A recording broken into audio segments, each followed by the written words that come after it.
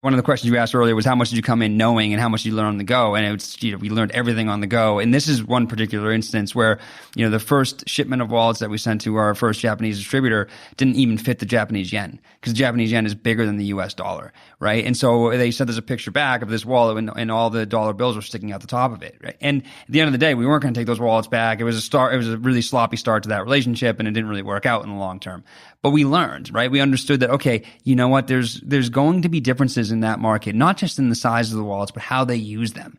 And so that was sort of that was the springboard for us to be like, okay, well, maybe we need to put zipper pouches in our wallets because they still use coins, which we didn't even think about. We never took a step back and said, okay, great, we got a Japanese distributor. They want some wallets. Let's send them the wallets that we had.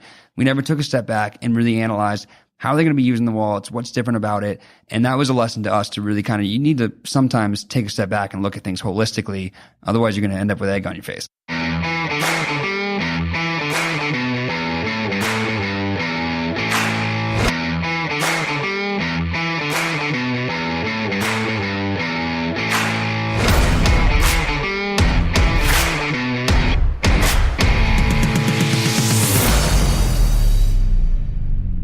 Hey everyone, I'm Palmer Higgins and welcome to the Big Time Small Business Podcast. I interview owners, operators, and founders of the small businesses you see every day but don't hear enough about. We talk about the obstacles they have faced, the successes they have earned, and where their business is going to inspire and inform you in your own career. On this episode, I speak with James Morin, co-owner and COO of Flowfold, an outdoor company that makes minimalist gear for everyday adventures. James admits to initially selling wallets for beer money for almost 5 years while he and his partners prototyped their designs and raised some seed money before going full-time 3 years ago. Since that time, they've been near doubling sales annually, thanks in part to collaborations with companies like LL Bean and entering international markets as far away as Japan. Now, with revenues in the low seven figures, James and his co-owners have their sights set on hitting $10 million in the next 5 years.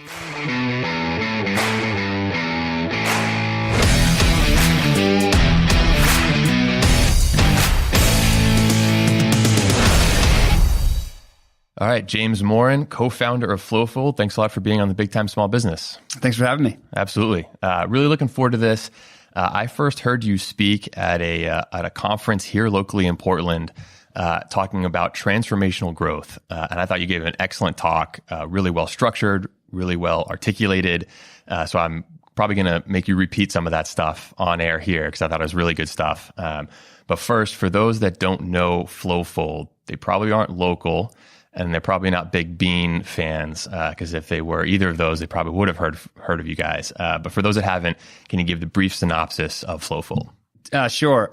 So Flowfold is an outdoor company, which is why we work with LL Bean exclusively. Well, they're one of our larger partners, locally, but also in the United States.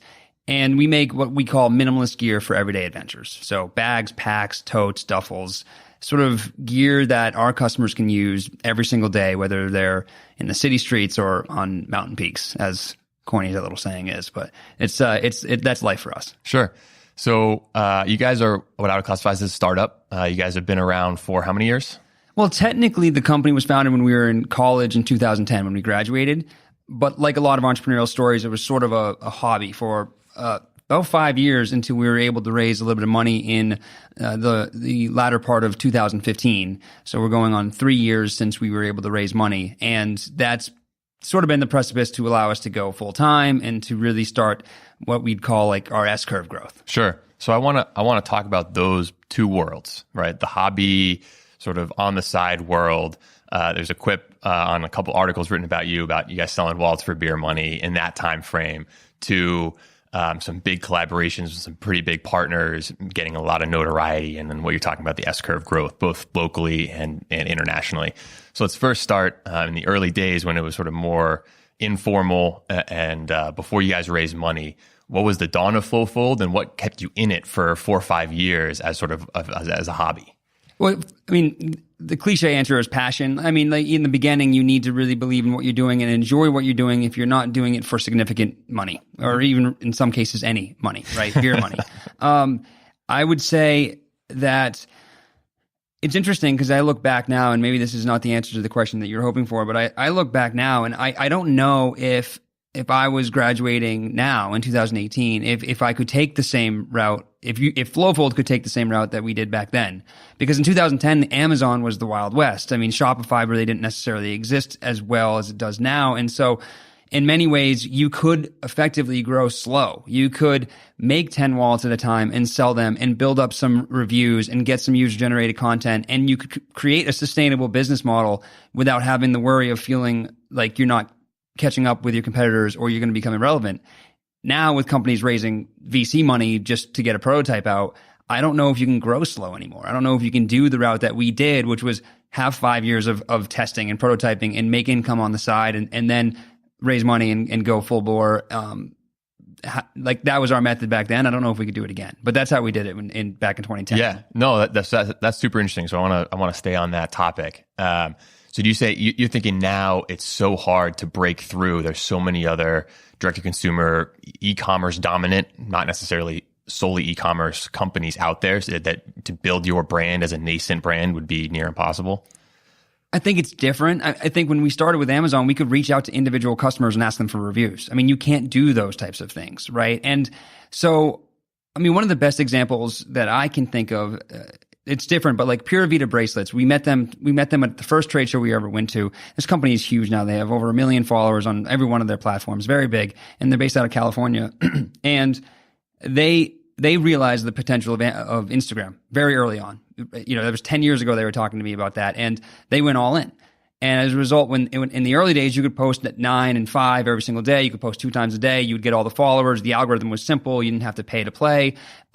And they took advantage of that. And so you can't do those things anymore unless you find that next thing, which is always, you know, it's becoming more and more difficult to do that as Facebook and Instagram and Shopify and these e-commerce platforms build their dominance in the space. So is having started earlier and having been able to build that following, is that something that's sustainable and durable? Or is it something that because the competition is so much more severe now and the platforms that these companies are on, the Amazons, the Instagrams, the Shopifys are so much more built out and distinguished or defined, do you sort of have to keep reinventing yourself all the time to stay ahead? I think now more than ever, for me, it comes down to authenticity. And I think I spoke around this in transformational growth, actually. You have to, it's such a competitive space. It's so noisy. And the only way to be able to truly separate yourself as a brand now is to be able to speak an authentic voice and do it consistently. Otherwise, you're going to lose the attention of your desired audience. The cost of customer acquisition is far too high. So you could go out and raise a bunch of money and promote the heck out of yourself. But if you don't have an authentic voice, you're going to end up getting the customer, but you'll lose them. And that's just way too expensive of a loss with how much money it costs to get them in the first place. Sure. So I want to talk about both of the things you highlighted there. Authenticity is something that we here at ChenMark talk a ton about in a different context. But you know, in our day jobs, we seek out and acquire tenured businesses from small business owners who typically are seeking retirement. And authenticity is something that I talk a lot about with other people who do things similar to what we do. They say, you know, how do you find sellers? How do you find deals? Say, listen, you've got to be who you are. And we're a great fit for some sellers and we're a horrible fit for other sellers. And I tell them that basically from second one. How do you define authenticity at Flowfold? The big thing for us is voice. Like there are so many different touch points when we're communicating to our customers. There's obviously social media, there's email, there's point of purchase graphics at our retail shops. And you have a platform. We as a brand have a platform and we need to be consistent because with that amount of noise that I'm talking about, there's no way that you're going to get a chance for your customers to remember every single thing about you. They won't be able to because they have too many things to worry about. The average person gets about 300 notifications a day on their phone. So the thought that my ad is going to break through all those notifications and be the one thing that they pay attention to, well, it's foolish for me to think that, and it's actually bad business practice. So if I know they're not going to hear everything, I know they're not going to listen to everything, the things that I say always have to be consistent, always have to be on brand and in our authentic voice. That way they don't need to hear all of it and they can feel like they're still part of the brand, still understand what we're doing clearly, concisely, and can feel like they're part of it. Sure. And so what is that authenticity to you guys? I mean, a great example is user-generated content, right? we can promote our brand as much as we want. At the end of the day, our audience, which is typically 18 to 35, they've been promoted to more than any other generation in the history of mankind. So they don't care what I have to say. They want to understand what our audience, what our core customer base has to say, what our micro-influencers have to say about our products. So using user-generated content, finding people that are using our products in the way that we have been inspired for them to be using them, right? And in ways that we hope that they would be using our products, and promoting the story of Flowfold and sustainability and, in the aspects that we believe make the company great. By promoting those types of things with user-generated content, that's been a really big part of what I believe our success has been, and something that we're going to focus on moving forward. Sure. So the other part of what you said was talking about customer acquisition cost. Is definitely a quantifiable metric, but also there's a subjective component to it of trying to define who your target customer is that you then want to try and acquire. So you said that you mentioned earlier that customer acquisition is so high, and is that because your potential consumer base is so large, or it's actually the opposite, so specific, but trying to target that exact person and trying to get them over the hump because they're marketed to so much now is that difficult? I mean, for sure, attention is the issue there, and getting their attention is the problem, and it costs a lot of money to do so. I mean, an example for us is we have this little minimalist card holder wallet. By a volume basis, it's the best selling wallet that we have. Our audience, they like to be fairly minimal. They don't want to have 16 different bags. They want one good bag that they can use to go to yoga or go to work or go on a hike with. And so, but that minimalist wallet, although it's our number one seller by volume, it only costs. We just raised the price to $15 for that product. So to be able to promote it using Google Ads or Facebook AdWords, by the time we promote it, get it in front of you and you buy it, we're not making any money. So I think, getting attention without, this idea of pay to play, and like all signs are showing that Instagram is going to take over the Facebook algorithm. And in order to get high engagement, you're going to have to start paying for space and getting it in front of customers. In order to sort of avoid that, you have to figure out other ways of getting attention. One really good, tangible example is if you have a product that you can sell and you're not selling it on Amazon, you're costing yourself money. And it's a poor business practice because Amazon is being used as a search engine. So people go on Google and maybe search thin wallet, but more often than not, about 49% of people, in fact, are going to go to Amazon and search for thin wallet before they go to Google. And so we need to be able to position ourselves on Amazon so that way when someone searches thin wallet, we pop up. Now it's not so much about having to figure out how to get in front of them on Instagram or other social platforms where really they're also looking at their aunt's new, dog or their sister's kid. They have all these things, BuzzFeed, that's taking their attention. Amazon, they're going to search and buying products. And even though we lose a little bit of margin by working with Amazon, that has to be a pivotal part of our growth strategy. Otherwise, we're missing out on a huge demographic on how they want to shop. Sure. And so that brings up another point that it was probably the thesis statement of your talk at the Transformational Growth conference here in Portland, and that's collaboration. And so I'm going to sort of extend that to quasi collaboration with Amazon, but also your very real collaboration with a company like LL Bean and how it's helped your small company grow by leaps and bounds. So how did you get into that mind frame, that mindset of collaboration, and how have you been able to execute on that? Well, it's a great segue because what we've talked about so far is that cost of customer acquisition is high and attention is spread pretty thin, right? So if you look at those two things, you need to be able to solve that problem.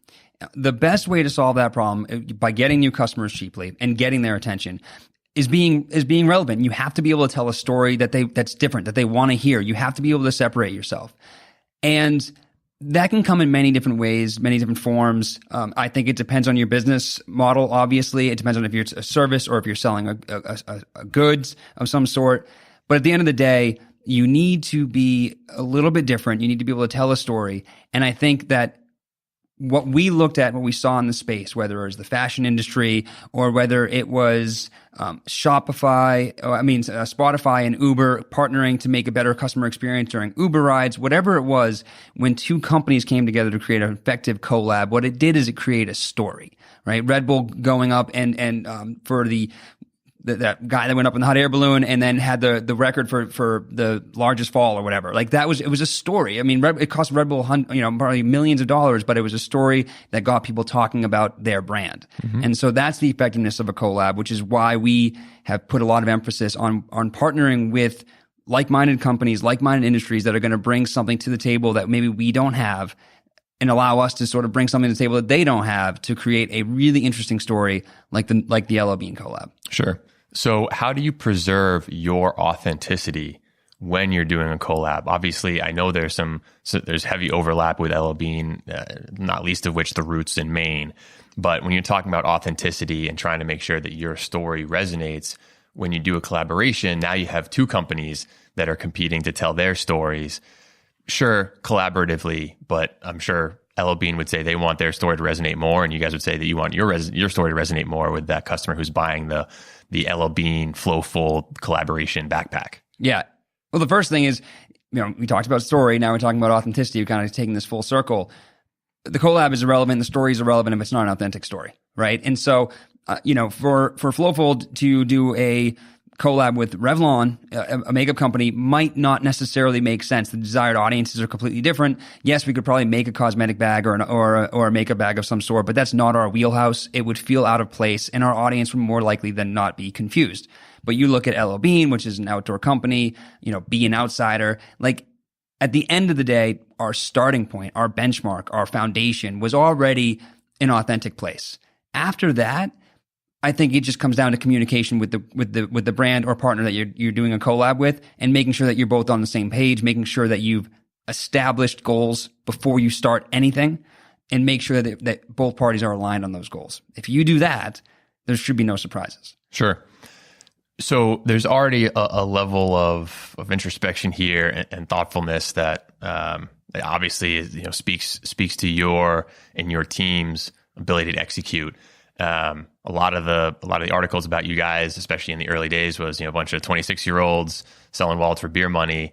Now you guys have raised capital. You're growing at 300% or something like that. I think the Yellow Bean collab is 300%. We're year over year, we're between 60 and 100% growth year over year over the last 3 years.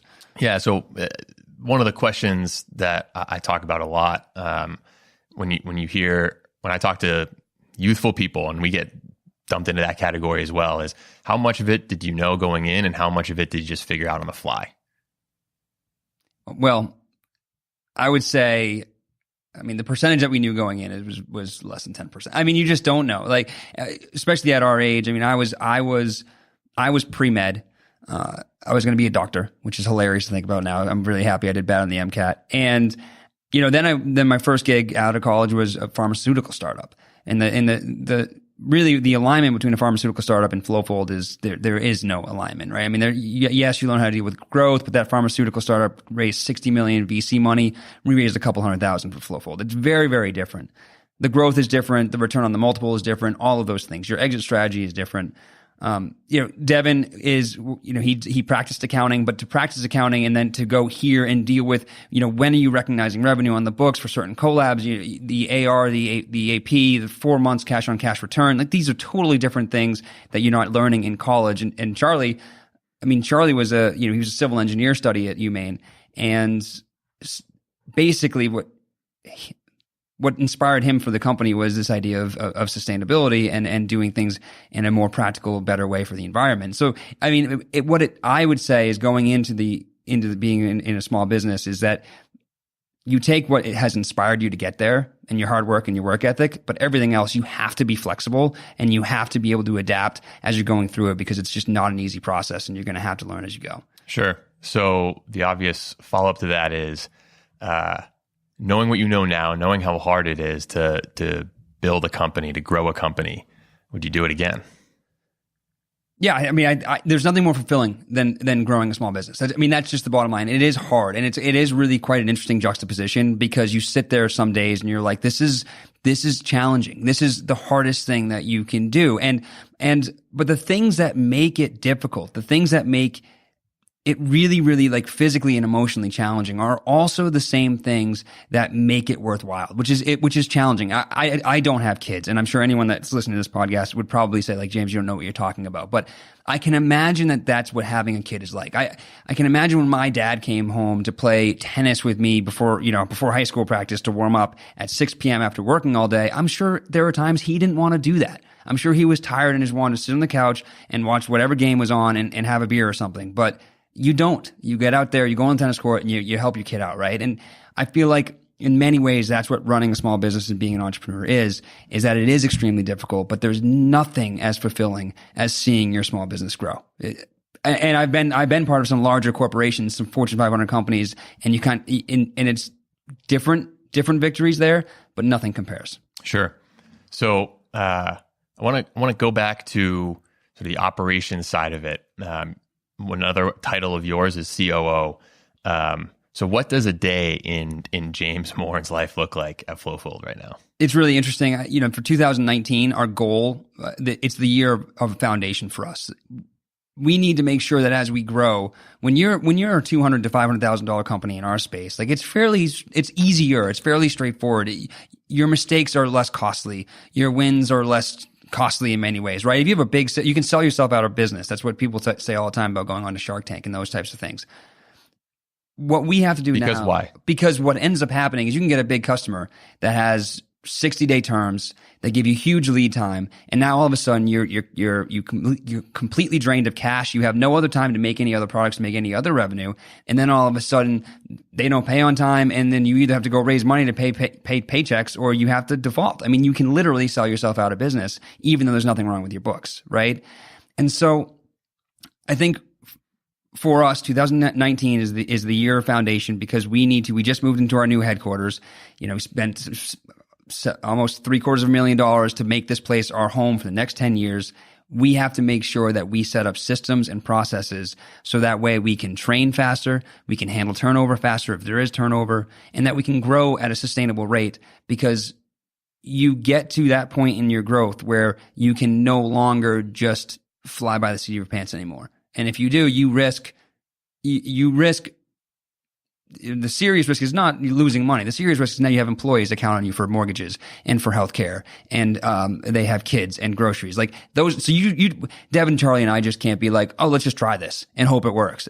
We have a bigger responsibility now that our company's growing and we're hiring. Yeah, I absolutely hear you there. A lot of people ask myself and my brother and sister-in-law as the partners of Chenmark, how do you define success at Chenmark, or what do you look at? And there's revenue numbers, there's profitability numbers, there's numbers of companies in our portfolio. But when we sit down and we talk about it, it's exactly the same thing that you highlight. It's the number of people that we employ, and by extension, number of families that we're cutting paychecks to. A lot of times in a lot of our businesses on a weekly basis. And for us, it's 400 to 450 families. And that's meaningful. And when you talk about not wanting to make a mistake, there's one thing if we can just sit here and be like, yeah, if we mess up, great, we'll eat the cost of that. But 450 families can't really do that. Right. It's much bigger stakes. So I hear you there. So systems and processes, something near and dear to our heart, something that we spend a lot of time helping our companies fortify. So what are the 3 things that you guys are focusing on from a systems and processes perspective? Well, the first is for sure documentation. It has to be documented so that way it can be replicated and taught. So that's one thing that we're really focusing on is things that we do every single week, every single day, making sure we document them, and basically your basic standard operating procedures. Mm-hmm. Another thing that we're really focusing on is that you have to allow some sort of flexibility in even these documents, even these standard operating procedures. You have to allow for feedback. A system or a process or a procedure that doesn't have any feedback is doomed to break at some point, or at least become inefficient in itself, because you want to continue. You want to also empower people that are going through the process to sit there and to question, is this the fastest way to do this? Is this the most efficient way to do that? So the first is making sure that we document our processes. The second is that we empower anyone that's going through them to be able to question and to tinker and to, it's not written in stone. We want these processes to continue to be better and improve upon. Sure. Do you have an example for me? Well, I mean, of a system or process that you're codifying right now? Well, the fun is the easiest one for like right now is it took us 8 years to be on the first floor of a building, right? And talking about like mistakes that like an entrepreneur makes and like what I would do differently. 8 years was far too long to be on the second floor or a basement of a building when you ship products in and out of your facility every single day. So even just having a loading dock, like we finally have at our new headquarters, makes a huge difference in what the process and the procedure looks like in expediting time. Sure. All right. So 2019 is the year of systems and processes. That's sort of a long-term goal. On more of a micro level, what does your day look like? On a micro level, so I also have to manage all of our sales channels. So for me, I'm looking at, we have direct to consumer. We have three basic revenue sources. Direct to consumer, which is our highest margin play. That involves managing our website, managing our social feed. I work closely with Kat, our marketing manager, to make sure we optimize our emails and segmentation and all those things, right? Then, of course, we have our domestic wholesale, which is about 120 shops across the U.S., coast to coast. And that's unique challenges in itself. We have sales reps, 3 of them across the United States, that manage those wholesale relationships. But it's providing them with point of purchase graphics. It's providing them with updated line sheets. Are there price changes? What are the graphics? How do we leave a silent salesman at all those shops, right? And then the third source of revenue that I have to manage and maintain is international distribution and international growth. So that is a much different and a much more, it's an exciting arm of the business, but it's completely different than managing the other two channels. There's time zone challenges, there's language barriers, there's all sorts of things, but it keeps me on my toes for sure. Sure. So international is something that I want to pick up on because it is definitely a focus of yours. It's one of your faster growing segments. It's an area that you and the other founders of Flowfold have commented that it could be the fastest growing segment, and it's a focus of yours going forward. Could represent a quarter of your business in short order. How did you first get into international, and why the focus on it? Because as a small company, very easy to say, hey, let's just focus on what we do. There's plenty of opportunity in the US before you need to go. And for you, international means very international. We're talking Far East, Korea and Japan primarily, I think. Primarily, yep. Yep. So why go that far away? Well, in fairness, we didn't look for it. In fairness, we go to domestic wholesale trade shows. Specifically Outdoor Retailer, which has historically been in Park City, Utah, and now it's in Denver, Colorado. And when we're there, we can't control who comes to our booth. And in the beginning, a couple of distributors in Japan and other markets came to our booth. They saw our products. They thought that it resonated really well with their markets. For whatever reason, it could be the poppy colors. It could be the designs. It could be the fact that it's made in USA, which right now, domestically, that doesn't really play all that well. I mean, consumers are willing to spend 10% more for a made in America product. I can't make a product for 10% more, so it doesn't really, there's no patriotism anymore behind made in America. There are benefits, and we can get into that later if you want, but made in America still plays in Japan. Made in Maine still plays in Japan. The yellow bean boot in Japan still says the Maine duck boot on the back, that little license plate. It doesn't say the bean boot like it does here because Maine still plays in Japan. And so they came to us. And when you're not prospecting and someone comes to you're going to listen. And so, of course, we listened and we figured it out. It's been a learning process, doing business, trying to figure it out domestically is one thing. Trying to figure it out internationally is totally different. And so we relied on some resources. Maine has some great resources with Maine International Trade Center. The Small Business Administration helps significantly with businesses like Flowfold trying to increase their exports. So we've been able to rely on some friends and some champions and some mentors to help us get out there, and it's been good growth. And I'll say the other thing was there's no mistaking it. A lot of people will say, like, isn't it risky shipping overseas? Are you worried about them ripping you off or whatnot? At the end of the day, the world is pretty small. They can go to flowfold.com and order every single one of my products. I'd probably ship it without even knowing, without even picking up on it. They could rip off the design. So that's retail in general. So I'm not worried about that. In fact, it's quite the opposite. What we've found with our international business is that they expect and they understand that they're going to have to pay for the products before we ship them. We're not going to go to some international court to try to claw back any sort of money for a PO that they didn't pay for. They pay in advance. Now, if you really think about that, when you look at Eastern Mountain Sports, We partnered with them for a while. They unfortunately went through 2 bankruptcies over the course of our partnership. They have new management now. You know, we're confident that they're going to be going in the right direction. But the amount of defaults last year for small businesses, the amount of Chapter 11s in retail was greater than the recession of 2008. And so when you look at that from our perspective, wait, say that again. The amount of retail shops that went through Chapter 11 in last year in 2018 was greater than at the height of the recession in 2008. No way. Now, granted, that doesn't take into fact that some retail shops popped up, right? Sure. But the amount of pure square footage of retail shops like Sports Authority, Sears, based on square footage. Well, it's based on actually number of defaults in general, but the amount of square footage itself is putting all of this inventory back into the market, which has systemic problems, is driving the cost down because it's going to the TJ Maxx's of the world and Marshalls.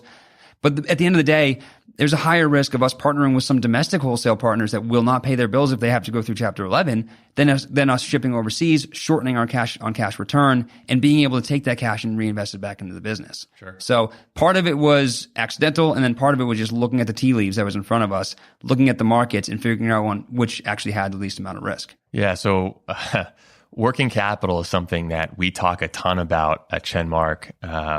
I think it gets talked about far too little, and you don't realize its importance until you have an experience like what you're alluding to of you sell on credit, you know, or 60-day terms, right? But you're paying your employees weekly, and you have to pay your suppliers either upfront or on maybe 15 or 30-day terms. And that shortfall at scale can put you in a world of hurt. So can you talk about that component of retail? And so when you talk about international, it actually sounds like that might be the best, from a working capital perspective, that might be the best avenue for you to grow as long as you're not taking on huge currency risk. If you're getting paid up front, I doubt Bean's paying you up front. I doubt any US customers paying you up front. The only other people paying you up front are the direct to consumer people. Right. And then you have credit card processing fees. Correct. I mean, you can manage it a couple different ways. One is by having a strategy where we're strategically focused on direct to consumer. We have to be. It's our highest margin business. So we have to make sure that we're continuing to launch new products. It's easier to sell you 2 products than it is to sell you a product and then your brother a product. So we're focused on that to be able to, you know, if our direct to consumer business can pay all of our bills, then we're a little bit less worried about the wholesale market terms and the international business with the low margins, because direct to consumer theoretically could keep us afloat type deal. Obviously, that's the goal. We want to grow our direct-to-consumer business as fast as we possibly can. Then the other thing that you mentioned is just figuring out other ways and diversifying your revenue stream so that way you're not dependent on any one thing. Mm-hmm. And then, of course, there's what we have in place now, which is just understanding the risk, knowing the risks. Devin is, having a player on your team who this is their job, right? Devin is our CEO, and if it wasn't for him, I'd be giving away product for free. I wouldn't care about margins. You know, I would be just giving everything away. He keeps me in check. He makes sure that our margin on this is under 30%. Unless it's strategically relevant from a marketing perspective, this doesn't necessarily make sense, right? That's really important. And it's important to have somebody on your team always thinking about, okay, looking ahead and being like, all right, we're going to end the year profitable, but in June, we will be out of money. And those two things can happen. And if you're not looking at it, the worst thing that could possibly happen is you get caught off guard by it, because everything's going well. You have all your POs, but sometime in June or July, you have $150,000 in accounts receivable, and you are out of money. And it doesn't matter if the money's going to come in August, because you still have to pay the bills. Yep. And so keeping an eye on it, fortunately, our investors have given us a line of credit available to use as we need it. And then also we have very good relationships with some local banks in the event that, again, we get put in a tough spot and our banks, and our books are fine, but it's just a matter of like our accounts receivable versus our accounts payable. And so having some backup is always a good thing. Sure. So you talk about, sort of what I'll call the management team with you and your 2 co-owners of Flowfold. Can you talk about the relationship there and what it's like to run a company with 3 co-owners? We talk about this a lot at Chenmark, and a lot of people bring it up with us because the 3 founders of Chenmark were all related. So there's the family component, but I think it applies to the concept of just having multiple owners, multiple people at sort of the senior management table who say, I have a stake in where this company is going to go and a voice at the table. So how has that evolved over time, and how have you guys managed a company together? I think any small business and any sort of entrepreneurial endeavor, the success of that business is going to depend on the success of the management team in that relationship. It's, in my opinion, it's one of the things that's not discussed enough about. I mean, you can talk about margin, you can talk about prospecting and sales and your funnels and everything, but you need to make sure that your management team is aligned on your key initiatives and goals, and that you have good communication. And I really believe that you need to have siloed responsibilities. 3 of me would be a horrible business. We'd be running around with ADHD all the time and with chickens like our head cut off, right? It would be horrible. We wouldn't get anything done. It'd be fun. It'd be great culture until we ran out of money, right? So you need that balance. And if you look at what Devin, Charlie, and I, what we do on a day-to-day basis, we're all so incredibly siloed. We have complete trust in one another to get to put Flowfold first, to do what's best for the company, and to keep all of us in check, right? And so, I mean, the basics are you need a good operating agreement, but that happens when you first start. So yes, you can't skip on an operating agreement. You need to understand, who the distribution of profits and losses go to, all of that stuff. Like, that's important because money can sometimes be the thing that really starts to put stress on management teams. So you need to have that all written down. You need to understand, are we all getting paid the same? How does the payment structure work? But then after that, you need to make sure that there's trust, that you stay within your lane as much as possible. And just this week, I sent an email to the team, to Devin and Charlie yesterday. I was like, we moved and we never really took a victory lap. Let's go get a beer this week. Before I go to Tokyo, let's go get a beer after work. Let's leave at 5. Let's go to Mass Landing and let's just not talk about work. Because we used to be boys. Like, we went to college together and like, you can kind of get in this mode where, it's CIO, CEO, COO. And, you need to remember, you kind of every once in a while need to remind yourself, like, why are we doing this? We're doing this because, we love the company, we love each other, and let's keep our eye on that. Sure. So you just mentioned you're heading to Tokyo later this week. So you guys have come a long way in the Japanese market. Before we hit the record button, you told me a pretty funny story about your first product going to Japan and a little bit of a hiccup. Well, yeah, you talk about, one of the questions you asked earlier was how much did you come in knowing and how much did you learn on the go? And it's, we learned everything on the go. And this is one particular instance where, the first shipment of wallets that we sent to our first Japanese distributor didn't even fit the Japanese yen, because the Japanese yen is bigger than the US dollar, right? And so they sent us a picture back of this wallet and all the dollar bills were sticking out the top of it, right? And at the end of the day, we weren't going to take those wallets back. It was a really sloppy start to that relationship, and it didn't really work out in the long term. But we learned, right? We understood that, okay, you know what? There's going to be differences in that market, not just in the size of the wallets, but how they use them. And so that was sort of that was the springboard for us to be like, okay, well, maybe we need to put zipper pouches in our wallets because they still use coins, which we didn't even think about, And so it's really easy to get myopic. When you're growing the company, it's easy to look and be like, what are the things that I need to do every single day just to make sure this business continues to stay on its tracks? And it's really hard sometimes you're spending too much time in your business and you're not spending enough time on your business. And that was an example of that. We never took a step back and said, okay, great, we got a Japanese distributor, they want some wallets, let's send them the wallets that we had. We never took a step back and really analyzed, how are they going to be using the wallets? What's different about it? And that was a lesson to us to really you need to sometimes take a step back and look at things holistically. Otherwise, you're going to end up with egg on your face. Yeah, for sure. So you picked up on 2 things that I want to talk about. The first is when you talk about being myopic, and I'm going to sort of tangentially relate that to focus. And when you're talking about a small company growing quick, you can make a case for trying to be more and more focused. So let's do a small amount of things really well. You talk about going international, while you still have the same values, you still have the same product more or less, or at least product values to the customer. You're talking about 2 different markets separated by thousands and thousands of miles, different currencies, different uses. So how do you weigh the risk reward of focus as a small, very fast growing startup against the goal of getting broader, which should drive growth more, but maybe taking your eye off the ball a little bit? It's a great question. And I think it's two things. I mean, you look at the international market. Yes, we've identified it as a strong growth opportunity for us. But I'm not going to go out and start prospecting every single country in the world and spend 125 days of my year in a plane. That doesn't make any sense, right? So I think that it comes down to two things for us. When I'm working with Devin on the budget, it's at this stage in our game, it's never a matter of is this money spent well in this particular situation. Any money you spend at our stage is good money spent. I mean, it's really hard to, if I want to take all my money and spend it on SEO or Google AdWords or Instagram marketing or Instagram influencers, it would probably more likely than not be an effective use of that money. Really? Yeah. So it's because of the fact that we're at the rate in which we're growing, unless we're idiots, right? But I mean, at the end of the day, we're a pretty smart management team. We could use that money, and I could spend 120 days on the road, and I could probably develop some more international players that would be good for our business. But is there a better use of the money? That's always the question. Not whether or not this money can be used here effectively, but is there a better use for that money? I mean, a really good example for that is Outdoor Retailer, the trade show that we used to go to, every single year was 2 years. There was a summer show and a winter show. Then all of a sudden they went to 3 shows. And each show, on average, cost us around $10,000 to $15,000 to go to. Is it a good idea to go to that show? The answer is unequivocally 100% yes.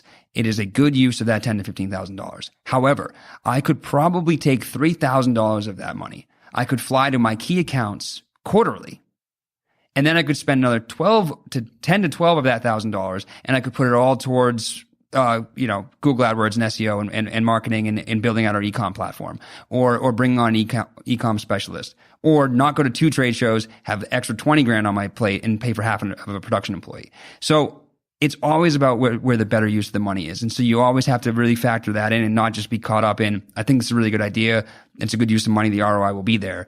Could the ROI be better somewhere else? Have somebody that's challenging you on that. And then I think that the second thing is that you have to oddly be more comfortable at making faster decisions. And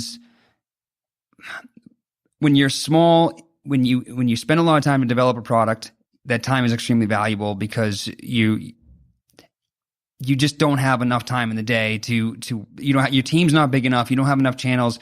So, but at this point, at our size, we can afford to make some mistakes a little bit faster. So just make the decision faster, because the more time you spend trying to think about it, you could be spending that time on building your business. So Sure. That's the other thing. So the concept of iterating. Yes. Yep. Right.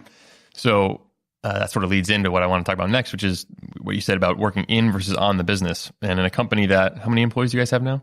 We just moved. We have 8, and we're hoping to hire out another 4 employees by the end of this year for sure. Okay. So 8 now, 12 in the future. Still, either way you cut it, small. Yep. So how does someone like yourself, as a co-owner, as a C-level manager, work on versus in the business with a team that's so small?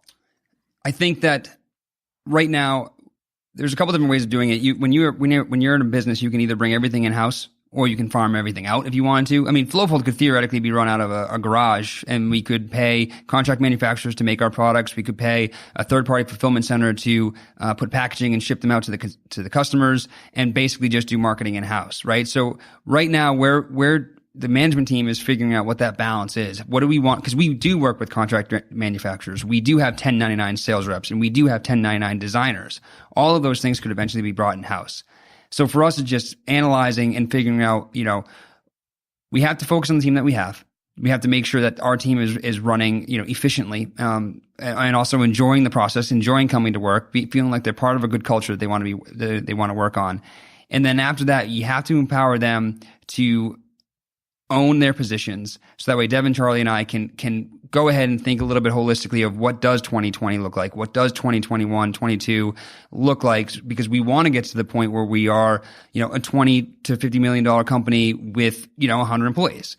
And in order to get there, you need to start doing that now. You need to lay that foundation now. And so you need to trust your employees to be able to make decisions fast. Fail fast, fail cheap, obviously, is the classic saying. I think that's the priority for us. If we can allow them to make those decisions, we are spending less time making inconsequential decisions potentially. Sure. So pretty simple question here, but probably harder to answer. What have you learned as a manager of people? And I ask that because I look at a lot of businesses in my day job, all kinds of different industries, manufacturing, service, distribution, supply, name it, whatever. And regardless, everything comes down to people. And especially right now, every person I talk to across the country, across industries, saying people are the hardest people. Good people are the hardest thing to find. So how have you, or what have you learned about being a manager of people? Because you've talked a couple of times about how it's so important to empower them to make it and to have them make either fast or ideally good decisions. Much easier said than done. Managing people is probably the hardest thing that you can do. Like at the end of the day, it's you have emotions involved, you have your own emotions involved, and you have their emotions involved, and it's incredibly challenging. I think. So I'll do an answer in a two-part way. Like one thing that I've learned about the individuals, and the one thing I've learned about myself in the course of management. The first is that you don't oversimplify it. I think that people have different love languages and relationships. Everyone needs to be managed differently. So you can't go into any sort of relationship and understand like, okay, what worked with my last marketing manager is going to work with this marketing manager, or what worked with my last production assistant is going to work with this production assistant. You need to get to know the individual, and the only way to do that is to be able to listen to them. So I think that is the primary key. From a management perspective, you need to be able to listen to your employees, understand how they want to be managed, how they want to be talked to. And one thing that seems fairly consistent to me is that people just want to know that they're being recognized for the work that they're doing. If someone's working hard and someone's doing good work, let them know. It's the simplest thing that a manager can do. How you let them know is going to, maybe you pull them aside. Maybe someone needs public recognition in a meeting. Maybe someone just needs an email, but let them know that they're working hard. Let them know that their efforts not going unrecognized. And I think that's going to play huge dividends for employees these days. And I think the second thing for me, and what I've learned through management is that I personally don't like confrontation. Confrontation is difficult for me. Right? Acknowledging someone working hard and doing good work is easy. Confrontation is more challenging. I don't like being the bad guy. That's not what I do well. And so I have to kind of get outside of my comfort zone and figure out, how can I have those difficult conversations, because the difficult conversations also need to happen. You need to have those conversations about, I know we have a work from home policy, but you weren't online for most of the day, right? And you need to be able to have those confrontations as well. And you need to be able to separate between being that fun manager. You need to be good cop and bad cop as a manager. And for me personally, the bad cop is a little bit harder to pull off. Sure. Okay. So I want to transition to the future of Flowfold. You guys have lofty ambitions. You've mentioned already that you want to be somewhere in the 20 to 50 million revenue range with 100 employees at some point down the road. At what point is that? How do you plan on getting there? What are the next? Normally I ask the question 5 to 10 years look like, but for you guys, you're growing so fast and things are changing so fast. What do the next 2 to 3 years look like? Well, we just purchased the 7,500 square foot Gorham headquarters. And right now we're using we've renovated 3,000 feet of it, and we can expand and grow as we need to, as we kind of look at our forecast and our budget, and we figure out what kind of company do we want to be. Do we want to be more e-commerce focused? Do we want to be a production company? And who do we want to hire? So I think we were very fortunate. We actually just got a grant from Maine Technology Institute, and for just shy of $100,000 to build out what we're calling our R&D lab.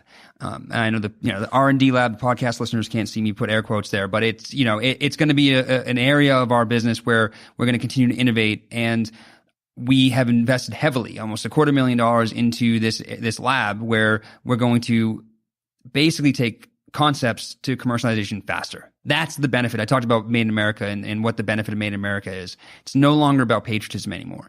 It's about being able to, under one roof in Gorham, Maine, own both design and manufacturing in that one area. Meaning we can design a product, we can prototype it, we can test it, and then we can commercialize it all under one roof. We don't have to send templates over to Taiwan or Vietnam or China. We don't have to send prototypes back and forth. We don't have to do runs of 5,000 units in order to make it worth our while. We can make 50 fanny packs, put it on the market, and see how it sells without a risk of that trendy bubble popping. So I think for us, what we pitch to MTI and what we believe is the future of Flowfold is being agile and being fast in our commercialization process. That will be the advantage of being made in America, because we can do it quicker than some of our competitors. So that's the future. And then part of the grant for us. Do you think that's crucial for a retailer now? Yes. Because it's so easy to set up Shopify. It's so easy to sell online. Digital advertising, you can segment your customers any which way. So to your point, it's so much more competitive that you need to be, my perception is, at least, you need to be just so much more responsive to the customer and to trends. And so having that iterative time drop, to be able to do everything under one roof and be that responsive, seems to me to be almost critical. Well, it used to be, in retail specifically, companies used to dictate trends. Companies used to tell you what color is popular right now. Companies used to tell you what products are going to be popular in 2019 or 2020 or whatever. It is very much the opposite now. The consumer is telling the companies what's trending and what's popular. And the risk there is, if you start chasing that, you could end up with 500 purple bags that nobody wants, because purple used to be popular back, 6 months ago or a year ago. So you have to be, you just constantly have to think about how you're going to be agile, because otherwise you run the risk of having a lot of inventory on hand and all those types of things. Sure. Okay. So being agile is a focus for the next couple of years, 2-3 years. What else? Personalization. So what we found is, what we're seeing in our industry, when you talk about collabs or whatever, Matt Powell is a leading expert in data collection in the industry. He's actually in Portland, and he works for MPD Group. But, he says right now the companies that are successful, he says small is the new big, which is really good for a company like Flowfold, because we're, quote unquote, small compared to the Patagonias of the world, the North Faces of the world, et cetera. And he says that the companies that are succeeding right now are going to be what he calls puny, which is an acronym for premium, unique, new, or youthful. And that is going to have to be where Flowfold plays. And that's going to have to be where Flowfold wins. You look at what companies are doing well right now, specifically in retail, but I'm sure this actually crosses industry lines. My focus is on retail, but the companies that are doing well are either on the bottom of the curve, where it comes to your Amazon Basics, your Dollar Tree, your Marshalls, your TJ Maxx's, your Goodwills are doing well right now. Your very inexpensive products are doing well. And then your premium products are doing very well. If you're somewhere in the middle, that's where you struggle. And so, Flowfold is not going to be, we can't be, we don't want to be, we have no desire to be sort of your Dollar Tree, your Amazon Basics product. We're going to have to become a premium. Our quality is premium. Our materials are premium. Our price points are going to have to be premium. And that is going to have to be where we win. And we did a consumer study that showed that our consumers, about 70% of them would like the opportunity to be able to pick their colors on a Flowfold bag. And of that 70%, another 70% would be willing to pay up to a 30% premium for the bag and wait 4 to 6 weeks in a time of 2-day free shipping on Amazon Prime. That was extremely interesting. We always expected that the numbers would be fairly high. But what that tells us is that even our niche market, even our market where we will not reach saturation for some time. But even that market wants to take a unique product like Flowfold and even make it more unique. And what the sort of the trend in the industry is the younger demographic, the Gen Zs, the younger millennials. The term that I like is that they want to be different, just like their friends. So by giving them an opportunity to support Flowfold, and maybe they're both supporting Flowfold, but their bag is different. Their two bags are different because they were able to personalize them. It's your Nike ID. It's all of those things are important. And part of the grant that we got from MTI will be to establish a way where consumers can go online and completely personalize a product. Your colors. Do you want waterproof zippers? What color do you want your zipper pulls to be? And I think that's going to be a really exciting way to build new brand advocates for us in 2019 and 2020. And how complex is that from a technological perspective? And how complex is that from an operational perspective? Great. And you have the technology front end for them to pick and play and make their bag, and they can see it on a screen. Mm-hmm. But then someone in Gorham has to actually go make it and make it well and make it right. And you need all the different parts to do that. Remember how we said we learn as we go? Mm-hmm. So I'll let you know in 6 months. I mean, jokes aside, as a startup, you need to be able to make decisions. You need to look at trends. You need to be able to pick a direction. We picked a direction. We want to be able to offer personalization. You just don't dive in head first, right? We've evaluated a bunch of different options that could cost as much as $250,000 like Nike ID, building a platform and a software on your own system that's your own, that you manage, that you maintain. You bring somebody in that can code and build it out, all the way to your basic apps that cost $50 a month on Shopify and everything in between. So it's evaluating which of those paths makes the most sense, where your ROI is going to be the greatest, and what's going to create the best user experience and user interface. And so we did our research. We picked a path. We're going to test and prove out the concept before we go 100% all in on a more expensive platform or software as a solution. But we are going to evaluate that and then kind of figure out from an operational standpoint, does this bottleneck some things? How we're going to have to maintain it? We're going to have inventory controls on our materials now, not just products. So there'll be some challenges, but we've identified those. Sure. So you've mentioned ROI a few times. So I want to ask, because you've also mentioned making decisions quickly in a world of uncertainty. So how do you make decisions on at least an indication of ROI when uncertainty is so high? I think the first thing I always challenge some of our employees is, go out and talk to people who've already done it. Find out what worked for them, what didn't work for them. If you can kind of look a bit in the future, look at the crystal ball by talking to someone who's already done or about to do what you're going through, that's helpful. I think the other thing, and this is really another good anecdote, for us at Flowfold, the management team has gone through, semi-annually, we'll go through and we'll just list out, like, what is Flowfold's DNA? Like, what are we really about? And if you have that list of your DNA, which I would encourage everyone to write it down, this is similar to a mission and vision statement, but what is your DNA? That will help you make decisions faster.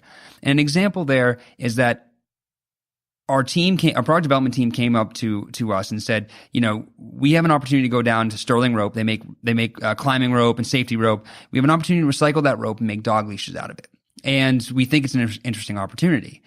We didn't have any dog products. So me in sales, I said, no, absolutely, that doesn't make any sense. It's a different buyer. It's a different market. I don't have the time. We haven't saturated the outdoor market. I don't have time to go talk to Petco or some other pet retailers. It spreads us too thin. I don't think it's a transformational idea. You take a step back, and I was challenged by my team. I said, all right, well, let's pull out our DNA, right? Our DNA is we recycle materials whenever possible, keep them out of a landfill, right? We make products for everyday adventures. Our customer is 18 and 35 years old. We kept on going down this list, this idea of everyday adventure and DNA, like checked off everything. And every single time we went through that, we made a check mark on whether or not this recycled climbing rope dog leash would fit. Does that fit into our DNA? And at the end of the day, it did, right? It was made from recycled material. 18, 35-year-olds aren't having kids. They're having dogs. They go for hikes. They go for walks. They do that with their dogs. Everything made perfect sense. And so I said, all right, this makes perfect sense. All of my objections also made sense. I don't have, I'm not going to go out and talk to wholesale accounts. Let's just go direct to consumer. Let's see how it plays out. It's become one of our top sellers because for a number of reasons, talking about user-generated content, everybody likes pictures of puppies, right? Sure. But also it resonated with our audience. It was authentic. And we knew that because we didn't back and forth and get angry at each other for 2.5, 3 weeks. We looked at our DNA. We said, this fits. We came up with the sales and launch strategy. We launched it. And ironically now it's at LL Bean. It's at backcountry.com. It's at some of the biggest outdoor retailers. So it actually is part of the outdoor market, even though I never saw it coming. So it's if you have that DNA, that'll help you make decisions. That's awesome. So I want to wrap up the interview with a couple questions that I ask everybody.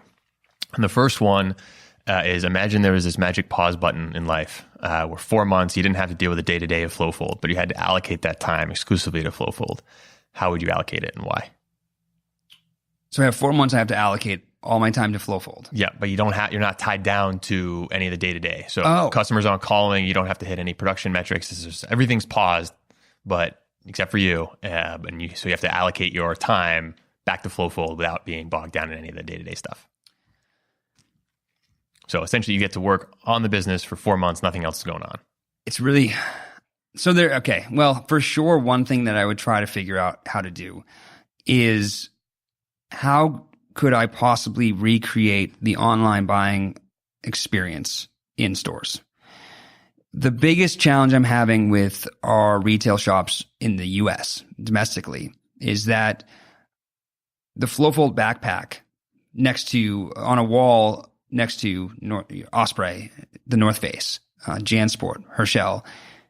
There's nothing there. That's a extremely challenging touch point for me to get an individual looking at this wall of backpacks to buy the Flowfold backpack. Now, when you go online, you can read reviews. You can see people talk about authentically verified purchases, about how light it is, how easy it is to wash if it gets dirty, how functional it is, and how practical it is. All of these things that can help the consumer end up making that purchase that you cannot get in store. I'd like to figure out a way to better that touch point with the customer. I don't know, I don't necessarily know what that is yet. The other thing that I'd really like to work on and figure out is a path forward with ambassadors. It's a challenging thing, and if you come across any other small businesses that are dealing with ambassadors, Facebook and Instagram are, relatively speaking, new. In the grand scheme of things, LL Bean's been around for over 100 years.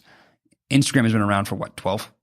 And I don't know what's going to happen next. I do not think that the amount of influence that somebody has with 500,000 followers or 1 million followers, I think that will eventually end. I mentioned ROI a lot. I don't see the ROI of having somebody with 500,000 followers post unauthentically or inorganically about your product. That doesn't make any sense. But there's micro influencers, 10 to 15,000 followers that can have a really big impact on your brand.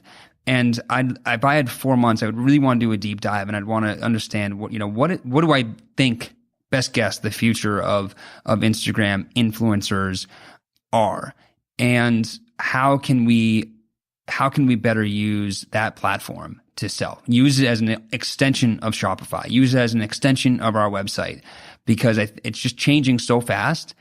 You could spend 4 months just doing research on what the future of Instagram and Facebook is, and probably still have another 6 months to go before you really had a decent strategy on how to capitalize on that. Got it. All right. Good ones right there. Next one, similar, more financial. $1 million drops on your doorstep, and you have to reinvest it back into Flowfold. How you're allocating that capital? Right now, $1 million drops on our doorstep. Well, we'd hire the people. You talk about people. We would hire people, and more likely than not. I mean, I'd have to think about that, but I think I would invest a fair bit of it into the direct to consumer platform. So get some additional marketing analysts in house, get an e-com specialist, and really go all in on developing that platform. Because not only when you hire those people, in your mind, what are they doing? So, what does an e-com specialist do? What does a marketing analyst do? I would, we're evaluating. For me in sales, it's funnels, right? I need to make sure that I have my top of funnel filled and my bottom of the funnel being nurtured. So that's sales aspect. That's international markets, or that's new wholesale accounts. But for our marketing team, the funnel's much different. Your funnel is around number of email addresses that you have, the number of Instagram followers that you have, number of Facebook followers that you had. So I would work primarily on investing in that team to be thinking top of funnel. How can we get more customers into our buying pipeline? And I think that would be, email optimization, building out more product pages on Facebook, getting our inventory up. So there'd be a heavy focus on the D2C platform, and being really able to understand and optimize that platform, because it is the fastest way to a sound night's sleep, because it's the fastest way to sustainable income, sure. Right? Because there are no terms. It's just credit card processing fees, which I'll happily pay all day long. Sure. Okay. Last question, most open-ended here. What haven't I asked that I should have? I think one thing that I enjoy talking about, and I don't know if I mentioned this during the transformational growth thing, is being able to. I talked a lot about like how hard it is and the hard work and those types of things. If there is one piece of advice that I would give to other entrepreneurs, or one thing I'd like to change about the small business or entrepreneurial world, that's one thing I enjoy talking about. So I'll take this moment and I'll talk about it. I would, if I could change anything, it would be this idea of people sensationalizing lack of sleep, right? This idea that you have to be up 16 hours a day in order to build a successful company, that you need to be, sleeping in a 1-bedroom apartment with 15 people, and then during the other 4 hours that you're not sleeping, you have to be driving an Uber to make money to pay the bills, type of deal. It's unsustainable, and I think it's a dangerous practice. I think what that teaches people, and what, some big heads out there like to talk about, the Gary V's of the world, and they made their money. But what I value the most is if you enjoy the process. People like Steve Jobs and Elon Musk talk about working 16 hours a day because they love what they're doing, and you don't need to look that hard to find it. Elon Musk in his spare time builds fire launchers, right? The guy loves what he's doing, and that's why he's able to put the time in. But I think what it's doing is it's setting a bad precedent that in order to be successful, you have to work those hours, and it's not sustainable. And what it does is it creates an extremely stressed out culture, and creates suicide rates among entrepreneurs that's higher than every other, demographic, whether it's age, gender, race. Suicide rates among entrepreneurs is extremely high. And so that's because people are doing things that they don't enjoy doing. They're chasing carrots, not realizing they don't even like carrots. And unfortunately, I'm a firm believer that you never get rich, you just adjust your line of poverty. So if your goal is money, and that's your ultimate goal of fulfillment, I think you're going to end up living a fairly unfulfilled life. And so for me, I want Flowfold to be successful. I want to have, we want to be 50 to 100 million people, or $100 million, right? But I'm enjoying the process. I enjoy tomorrow just as much as I'm going to enjoy 10 years from now. And so I think, and because of that, I am willing to work crazy hours. And so, I guess balance is important. And I hope people, if anyone's reading this or listening to this rather, it's this idea that you're going to see me work hard because I love what I do. And if you don't love what you do, that's the problem. Try to fix that first versus coming up with the next great thing and assuming that working 16 hours, and then Ubering part-time to pay the bills, that's not going to be the solution. And you're just going to end up hurting yourself in the long run. Yeah. Love the journey. Great thing to end on. Well, James, really appreciate you being on the show. Thanks a lot. Thank you. Thanks for listening to another episode of the Big Time Small Business Podcast. If you liked what you heard, please leave us a review and share the show with a friend. To access show notes and subscribe to our distribution list, be sure to visit us at chenmarkcapital.com/podcast. That's Chenmark, CHENMARK, capital.com/podcast. You can also follow us on Twitter at ChenHoldCo, CHEN Holdco. Last but not least, we'd love to hear from you, so please drop us a line at podcast@chenmarkcapital.com. Thanks a lot.